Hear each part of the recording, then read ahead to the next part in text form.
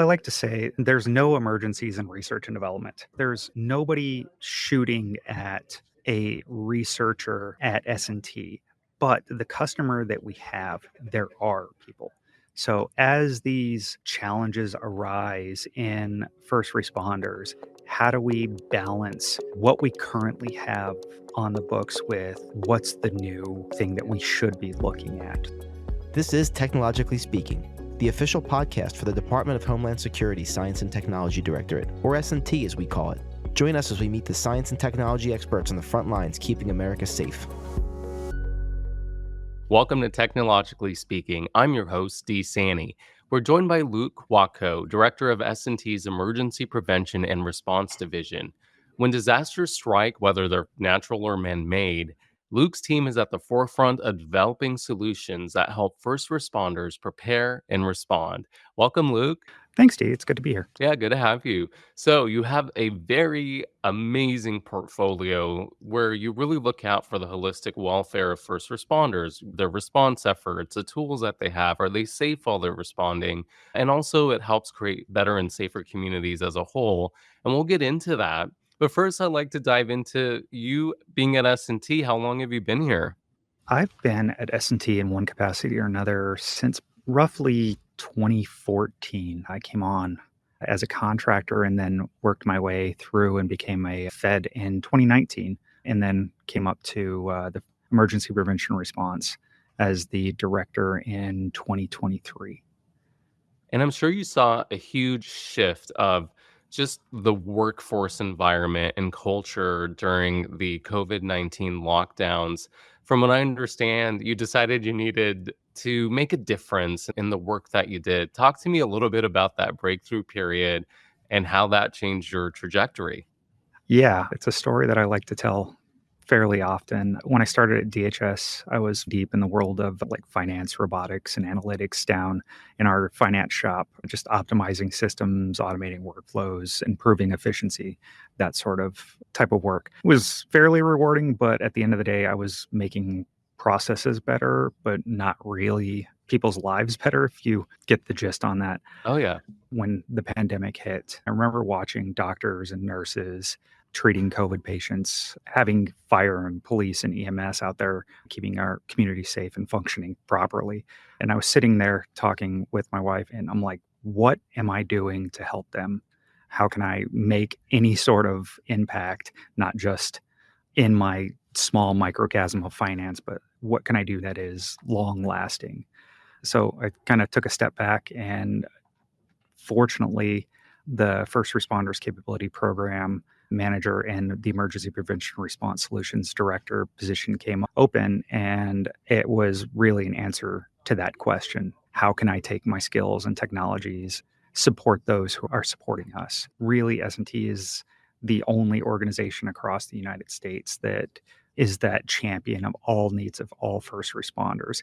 You have advocates for specific domains. So like our U.S. Fire Administration works on fire. There's NIJ, which is law enforcement, NIST, public safety comms, which is telecommunications, but really only S&T kind of gives us that cross-domain shift. And it's taking on this role and moving forward. That's amazing.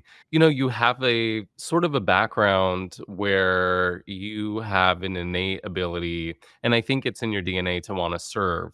So, Luke, as you approach your work and with the years you've put into S&T, is there anything that surprised you? So the thing that surprised me about S&T is just the scope of the work that we do here.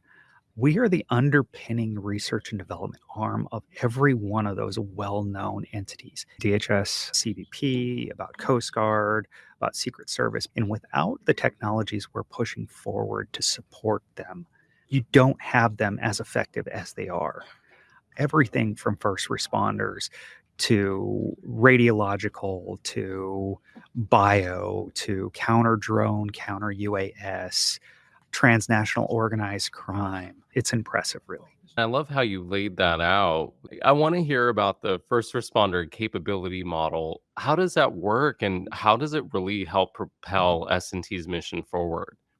So we are that organization that advances and advocates for their needs to make the best tools. The World Fire Congress we had our inaugural meeting last year. It's where the industry engagement chair for that. We have our first responders resource group. So we have 160 responders across every FEMA region in every domain that we sit down and we say, hey, what are your needs? And we put that conference on yearly. We also have something called Project Responder, which is a formal survey where we go out and we survey every law enforcement, fire department, every responder we can find, and we rack and we stack those gaps and we publish those online. We have a few international engagements as well. So we have the International Forum to Advance First Responders Innovation. So we take our gaps that we've gathered for the first responder resource group and we say, okay, does this match international gaps as well? And we have the opportunity to collaborate with other countries. So we're helping not only the responders in the United States, but worldwide. Okay, so other entities, the International Association of Chiefs of Police, a National Fire Protection Agency, and the EMS national associations as well. It's a group effort. And what are the types of things you're hearing from first responders these days? So recent issues that are coming up is we have understaffing and recruitment issues. We're seeing increased firefighter police fatalities. So we're trying to say, all right, how do we do more with less? Because we can't we're trying to figure out how we can bring in more responders into agencies and maybe looking at doing research on that. But in the meantime, we have who we have doing that job. So how do we train them better with our training and performance optimization project? How do we detect threats with our fentanyl radiation and explosives detection? How do we do interoperability? A lot of times you can go from one jurisdiction to another and they cannot talk to each other, making secure, resilient, and interoperable communications for multi-agency coordination. Mm-hmm. Let's look specifically at fire. There's been the number one global gap for probably the last 5 years has been 3D geolocation. And a use case for that is, so imagine a firefighter in downtown Chicago responding to a 60-story fire. Okay, he's going to run up the staircase and hit the staging area, and then all of a sudden they get smoke inhalation or something falls on him and he's pinned. Before, there's really no way of knowing where that individual is in that location besides the radio checks. Now imagine that person can't get to their radio. So Mm-hmm. how do we enable knowing exactly where that person is, sub-meter resolution? So we've kind of looked at a few technologies on there. One of them is our pointer program, which is our precision outdoor-indoor navigation and tracking for emergency responders. Mm-hmm. So that the goal behind that is sub-meter resolution. So if you can get sub-meter, you know exactly what floor that person is, and you have the X and the Y coordinate, and it submits that information back down to the ground station. So the people downstairs know exactly where they are. And oh, by the way, if that person goes horizontal, it sends out a distress beacon as well. So hopefully we don't have an issue where we're losing firefighters in the future due to us not knowing where they are. Pointer is in the working stages of being commercialized, correct? We have a company that's taking that on right now and has put some of their funding behind it and working to move that to the commercial market. We're not trying to develop something that goes to ICE or CBP and then our local first responders never see it because it's some government only thing. We're really looking to commercialize this on the open market. And, aside from Pointer, you have a handful of very amazing projects that you and your team are working on. That another one of those is see-through. I would love for you to walk me through that. The see-through technology, it's to see through smoke. So you can be completely blacked out in a building and it has edge detection and AI. So it goes through, finds all of your edges of all your walls, your pathways, will hopefully eventually have breadcrumbs for where you came from. So it's augmented reality headset that bolts onto your helmet, still allows you to put in your self-contained breathing apparatus and see through it, and it gives you that level of situational awareness for the responder. So it's that flip side of Pointer. So Pointer gives the situational awareness to the ground crew to know where their responders are at. See-through gives the situational awareness to the responder to understand where they're at in that space.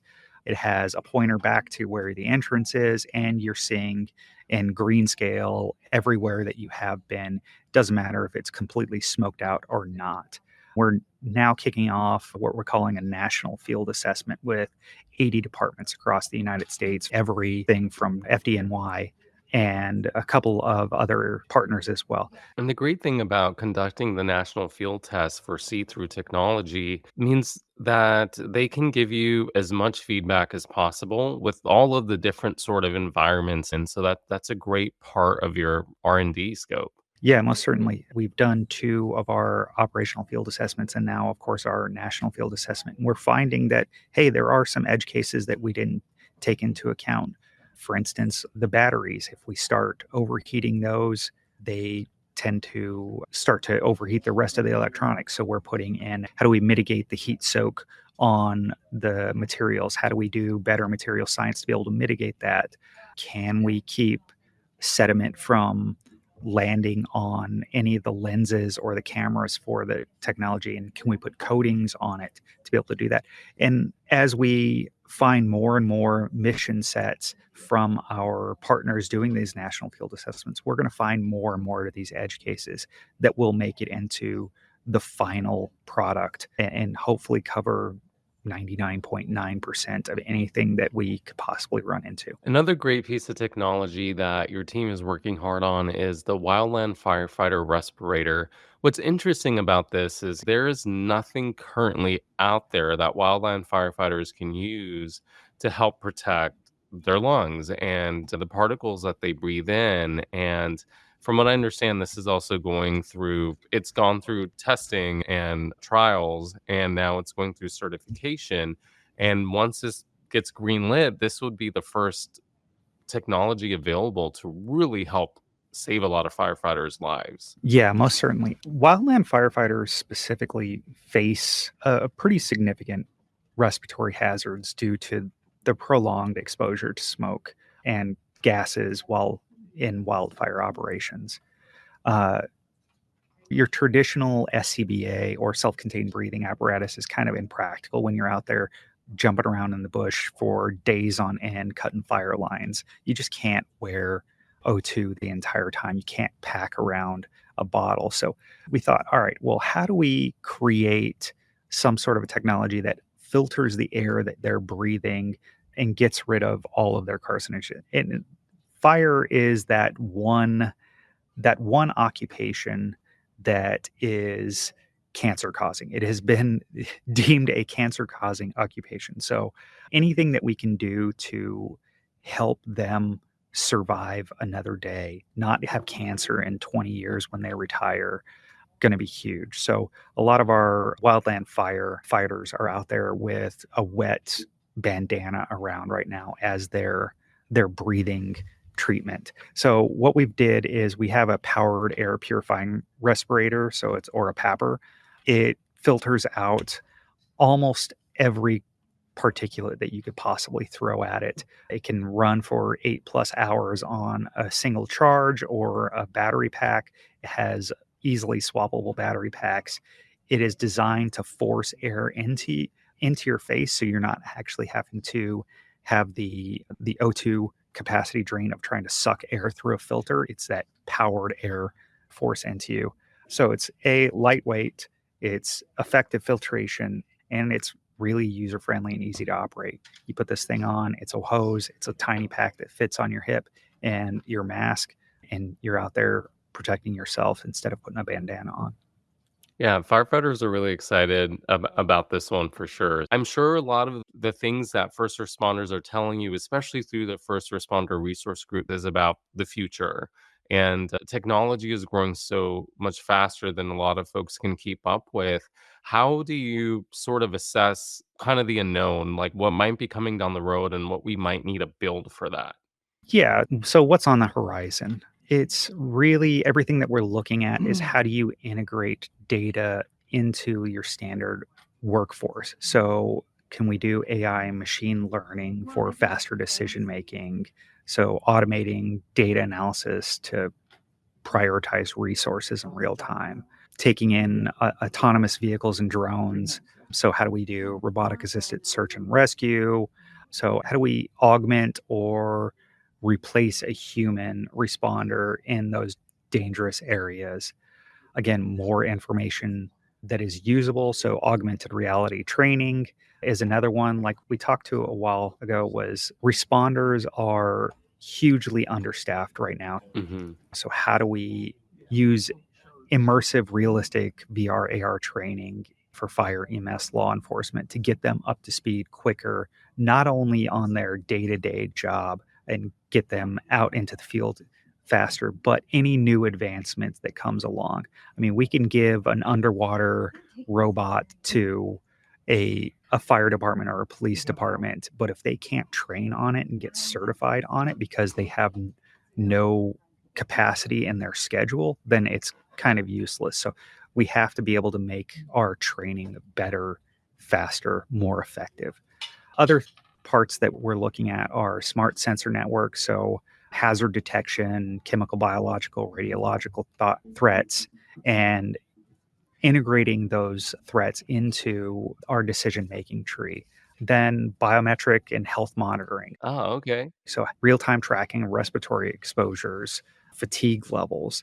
I mean, there's been a huge issue with firefighter fatalities. I mean, 89 firefighters died in 2023.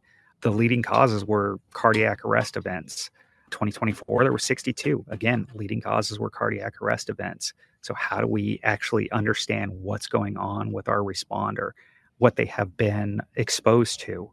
It's all about being able to give the most information that is useful to the responder and getting them up to speed as quickly as possible, and then monitoring them and understanding, are they overworked, are they being exposed to threats, and being able to track that over time. You're hearing a lot from first responders in terms of the increased dangers of their jobs. And just from listening to you, I can tell you really take it to heart and you're implementing that into your research and development and coming up with technology that can not only make first responders, but also the public safer as well. What would you say is the biggest challenge then working on the first responder mission? Honestly, advocacy at this point. There's not really a large advocacy group on the Hill to say, hey, who is doing the work for these responder organizations? There is a severe funding shortage on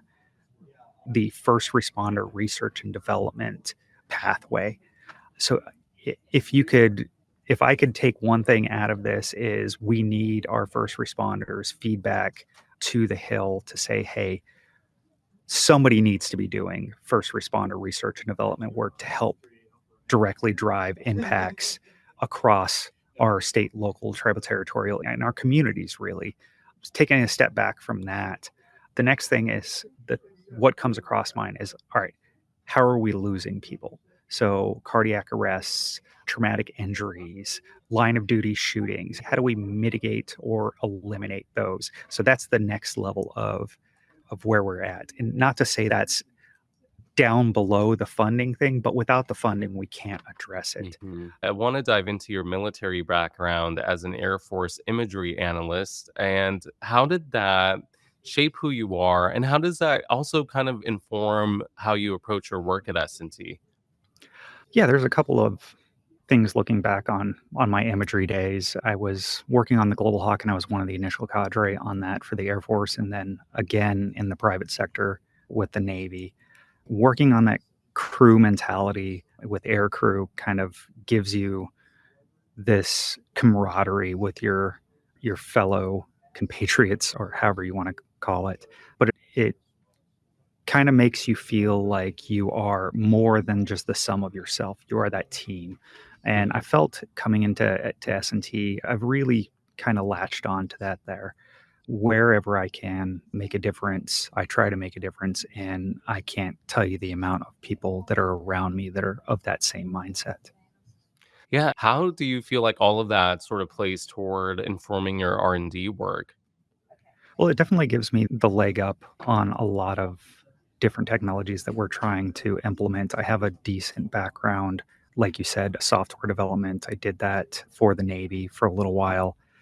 And then just understanding what the pulse of technology is. If we're trying to go out here and make some sort of technology that doesn't really meet the need, I can generally have a pulse on that before we're having to go and push out and get user responses back. And it gives us a little more of a success rate when integrating with our folks there. So I'm curious to know, when you were young and in school, did you have something in mind you wanted to do that was so different than what you're doing with your life right now?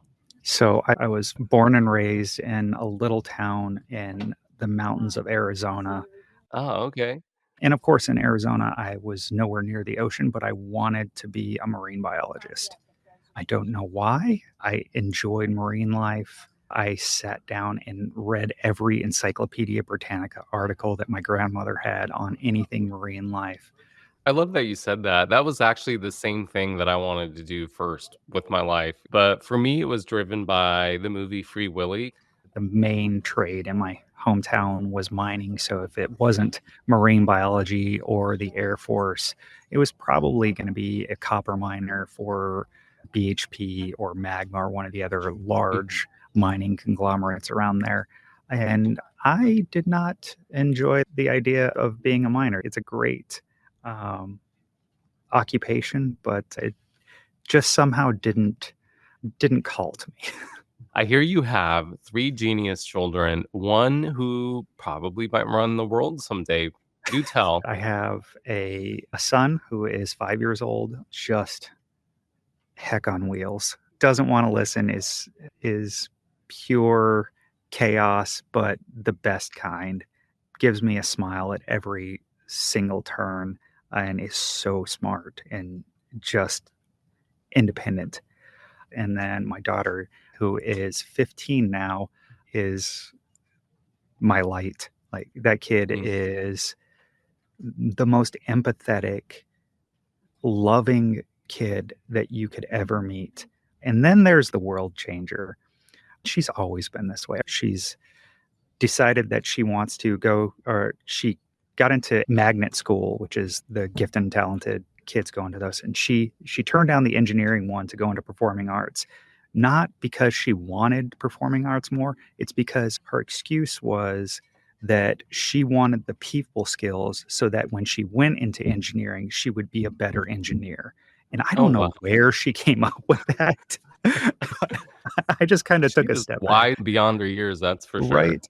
So, yeah, we like to keep her in our good graces for whenever she rules the world. For anyone listening who is inspired by a lot of what you're saying, because I would be, what advice would you have for anyone that falls into the same kind of line of work that you do? I mean, straight off the bat, volunteer. If you have the ability to be a local fire volunteer or try and hop on for a ride along, never know. You might love what you do and have a career change on that. Advocate for first responders. Learn more about their day to day trials and understand how they affect your community. Yeah, anything that you can do to advance not only the first responder, just really get out and be involved in your community and try to just do something good at the end of the day to advance your community forward. And you do so much good work, Luke, in your role. I can imagine how many tough days you must have. And that's what a lot of people don't realize is that, a lot of other folks out in the country, they can go to bed safely at night because people like you are working hard behind the scenes. On your toughest day where you kind of feel like you've hit a wall or there's a roadblock or, there just doesn't seem to be a light forward. And I'm sure you've run into those. What fuels your fire and what kind of keeps you going? Well, I like to say, there's no emergencies in research and development. Uh, and what do I mean by that? There's nobody shooting at a researcher at S&T, but the customer that we have, there are people. So as these new challenges arise in first responders, how do we balance what we currently have on the books with what's the new thing that we should be looking at? But it's how do we, at the end of the day, be most effective for the responders while being the best steward of taxpayer dollars? And that becomes a fun juggling act.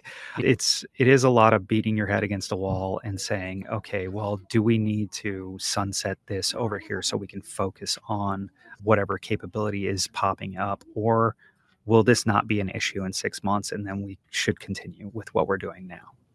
Luke Watko, Director for the Emergency Prevention and Response Division at S&T. It's been a pleasure. It's been great to talk to you and learn more about what you do. And you have such an important job. And thank you for your hard work. The last couple of years has been one of the more rewarding things that really I've ever done.